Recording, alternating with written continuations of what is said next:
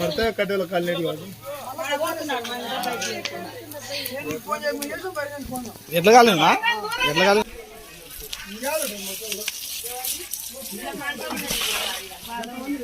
వచ్చిన 20 కూడా దాటింది ఫైర్ ఫోన్ చేసినారు వాళ్ళు. అన్న అక్కడ అనుకుంటాను నీళ్ళు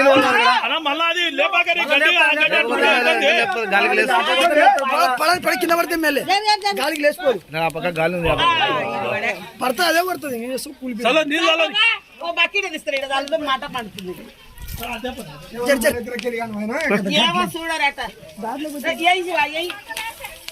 చెప్పులు వేసుకో అక్కడ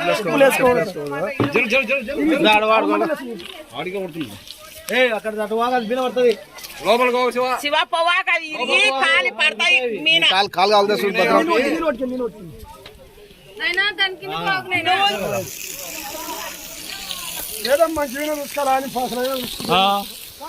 నా భార్య ఉంటే ఖచ్చితంగా ఇది అవసరం తెలుసుకో.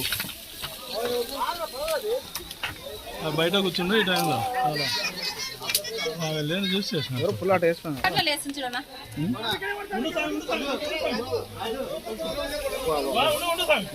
చూడు ఎట్లా లేస్తుంది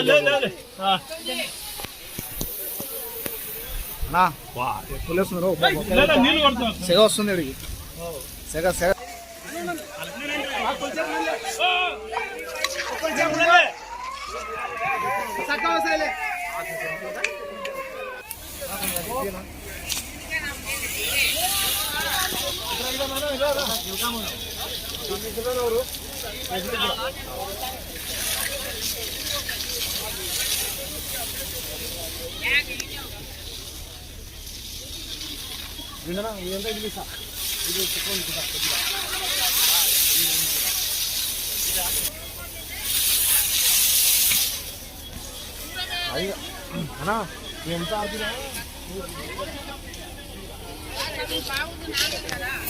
ఏం సార్ బాగున్నారా?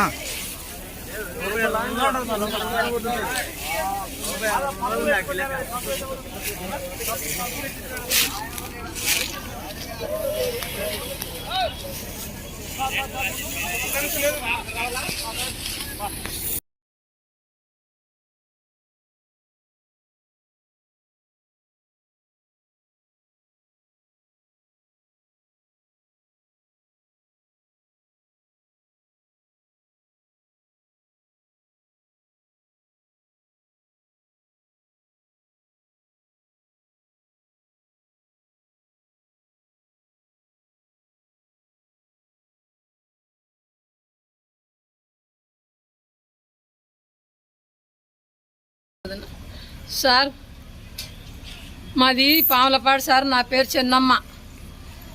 ఓ బండి గడియా ముట్టు సామాను అన్నీ వామి వేసుకుంటే అంతా కాలిపోయింది సార్. నా కొడుకు వంటిగాడు ఎక్కడెక్కడ మేపు తెచ్చుకొని వేసుకుంటే అంతా పోయింది. 50,000 అప్పు తెచ్చుకొని పెట్టుకున్నామా, అప్పు కడుతుమా, మేపు తెచ్చుకుందామా, గడియాలు తెచ్చుకుందామా సార్. మేము ఏం చేస్తామో మీరే చేయరు. ప్రభుత్వం ఆదుకోవాలి సార్ మమ్మల్ని, బీదోళ్ళను. నోళ్ళం ఇద్దరం ఏం పని చేయలేము. ఆయన చూసే గ్యాస్ ట్రబుల్ లేవలేడు, కూర్చోలేడు. నాకు చేత కాదు సార్. నా కొడుకుని ఎటున్నా మన్నించారు సార్. మా గడియాలు సార్ కొట్టము, గడియాలు పైపులు అవి ఉండే సార్. గడియా ముట్టు సామాను అంతా 1,00,000 సామాను సార్.